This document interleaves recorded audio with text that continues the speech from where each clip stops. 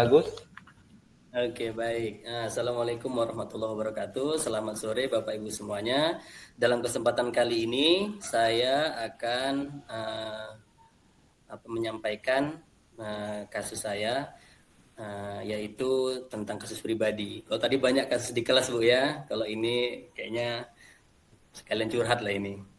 Nah, kasus pribadi yang mana dalam kasus ini adalah seorang guru ya yang bertugas di Kabupaten Dairi sudah selama 4 tahun, yang bisa kita bilang kasusnya ini LDR, long distance relationship, yaitu hubungan dalam jarak jauh dengan anak dan keluarga. Nah, di sini Pak Bagus sekeluarga senang awalnya dengan kabar bahwasanya dapat PNS di Kabupaten Dairi. Semua keluarga dibawa waktu itu. Kemudian setelah setahun di sini, kemudian dapat kabar lagi bahwasanya istri menerima SK di Kabupaten Langkat. Ya, awalnya Pak Bagus senang sih, senang. Kami sekeluarga senang. Tapi di sisi lain, kita juga sedih karena kita harus dipisahkan oleh jarak sekitar 210 km yang kita mungkin kalau naik mobil itu 7 jam atau 8 jam. Jadi disinilah letak permasalahan yang kami hadapi saat ini. Nah, dalam untuk kasus itu saya ingin berkonsultasi dengan rekan saya Pak Binsar yang dalam hal ini sebagai coach dan saya sebagai coachnya yang diamati oleh Ibu Fasil. Nah, bisa kita mulai Pak ya. Selamat pagi Pak Binsar. Bolehkah saya meminta waktu Bapak sebentar Pak? Saya galau kali hari ini Pak. Ada yang mau saya curhatkan sama Bapak tentang apa yang salah saya alami beberapa bulan ini Pak. Ya, selamat pagi Pak. Loh, nggak biasanya wajah Bapak seperti ini. Biasanya menjawab pertanyaan tuh lembut. Tapi saya lihat Bapak kayaknya ada terbeban lah. Kira-kira apa Pak? Begini Pak, saya akhir-akhir ini sulit mengatur pekerjaan saya Pak. Sekarang ini saya harus melakukan pekerjaan itu double job. Saya mengerjakan pekerjaan rumah, pulang nanti kerja saya nyuci baju, masak nasi, beli lauk, segala macam, masak. Ditambah lagi dengan tugas-tugas saya Pak di sekolah. Kemudian tugas-tugas saya di masyarakat ya sebagai pengurus di MGMP, kegiatan-kegiatan sosial saya. Sehingga banyak Pak kerjaan saya ini yang terbengkalai lah kita bilang, atau bisa terkerjakan tapi deadline Pak. The power of kepepet baru terkerjakan Pak. Jadi itulah Pak permasalahan saya. Oh, gitu ya Pak. Saya paham Pak. Itulah Pak, kalau keluarga memang kita tidak boleh jauh dari keluarga ya Pak ya. Saya memang ada itu Pak. Kemudian saya memang berempati dengan cerita Bapak tadi Pak. Saya bisa merasakan bagaimana bila saya di posisi Bapak. Jadi kira-kira menurut Bapak, apa yang menyebabkan Bapak tidak bisa mengatur waktu? Karena masalahnya tadi lebih banyak di mengatur waktu karena Bapak sendiri gitu.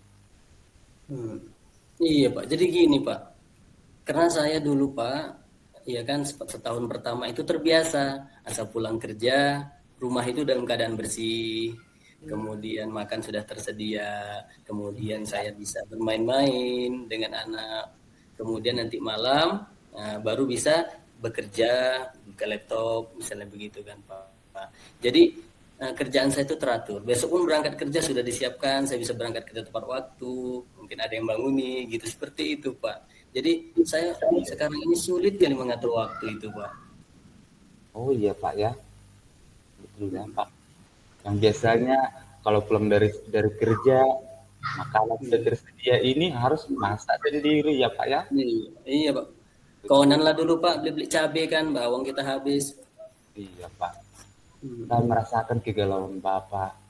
Nah, kemudian kalau menurut Bapak, apakah yang Bapak rasakan jika Bapak bisa mengatur waktu dan membuat schedule? Kira-kira schedule apa? Bagaimana Bapak buat schedule Bapak seperti itu? Setelah saya pikir-pikir kan Pak, saya nggak bisa lah terus-terus seperti ini. saya akan harus berbuat disiplin gitu dalam mengatur waktu. Misalnya saya membuat schedule gitu Pak ya, membuat Iya, schedule pekerjaan saya. Mungkin itu Pak yang akan saya lakukan. iya Pak ya. Hmm. Jadi sekarang apa rencana Bapak untuk menyelesaikan masalah Bapak ini atau kejenuhan Bapak gitu? Kira-kira menurut Bapak apa ya? Hmm. Gini Pak ya, yang pertama mungkin saya akan mencoba Pak membuat schedule, mungkin itu dalam waktu per hari, kegiatan saya per hari ini apa, kemudian tugas-tugas saya catat, yang deadline mana, mana yang perlu didahulukan, kemudian saya membuat jadwal mingguan, dan melihat tanggal-tanggal merah Pak juga, itu bagian dari saya, karena tanggal merah ada libur, sesuai kalender pendidikan ada libur, kita pulang ke kampung. Itu rencana saya yang pertama. Yang kedua mungkin saya akan berkonsultasi nih Pak sama kantor BKD untuk Hmm, menanyakan apakah bisa setelah selesai nanti ini pendidikan saya bermutasi gitu Pak, sehingga saya bisa berkumpul dengan keluarga dan bisa fokus dengan pekerjaan. Sehingga karena di sana pun begitu juga Pak yang dirasakan istri saya, karena jauh kami sama yang kami rasakan ini Pak. Mungkin itu Pak rencana saya. boleh Pak. Kalau memang sudah yang kedua itu tadi rencana Bapak boleh. Baik sekali itu Pak. Hmm. Saya sangat setuju. Dengan kita membuat jadwal kegiatan kita, maka segala sesuatu pekerjaan kita saya rasa bisa kita laksanakan tepat waktu ya Pak Hmm. ya. Iya Pak. Kemudian apabila mau ke BKD, kalau menurut saya nantilah saya rasa kalau sudah diiakan oleh BKD pasti bisa ya Pak ya. Iya Saya Pak. doakan semoga lah bisa nanti berkumpul bersama keluarga ya Pak ya. Amin Pak. Amin. Kemudian menurut Bapak tadi, kira-kira kalau komitmen Bapak terhadap rencana Bapak yang dua-dua tadi itu kira-kira apa sih? Hmm. Saya gini Pak, saya berkomitmen Pak ya, untuk selalu membuat schedule itu saya rutin. Yang pertama saya buat harian, kemudian mingguan, kemudian bulanan. Selanjutnya saya memetakan kegiatan. Mana kegiatan yang menjadi prioritas saya, kegiatan yang sifatnya sosial, Ya. kemudian misalnya kayak wirid di sini, kemudian kegiatan muharam, kegiatan-kegiatan keagamaan, kemudian kegiatan-kegiatan di sekolah, yang mana Pak ini mau menyambut 17 Agustus Pak ya, ada perlombaan pula dari kecamatan kami. Jadi saya harus memetakan kegiatan-kegiatan itu. Kemudian setelah itu, setelah kira-kira pekerjaan saya selesai, kemudian saya akan mencari waktu luang Pak untuk mungkin pulang kampung di tanggal-tanggal merah gitu Pak ya, pulang kampung untuk 2 minggu sekali atau sebulan sekali untuk ketemu dengan anak. Melepaskan rindu ya Pak ya? Iya, Ya betul sekali. gitulah Pak komitmen Wah, saya. mantap sekali Pak itu. Saya sangat Hmm. mendukung. Dan saya juga mendoakan semoga Bapak bisa apa yang Bapak rencanakan bisa berjalan dengan lancar sesuai dengan harapan Bapak ya Pak ya. Amin. Terima kasih ya Pak atas doa dan dukungannya. Saya dengan bercerita dengan Bapak ini saya menjadi semangat kembali untuk menjalani rutinitas saya. Terima kasih Pak Binsar atas waktu dan doa serta dukungannya. Terima Ya, kasih. terima kasih Pak. Sama-sama Ya. Pak. Sama.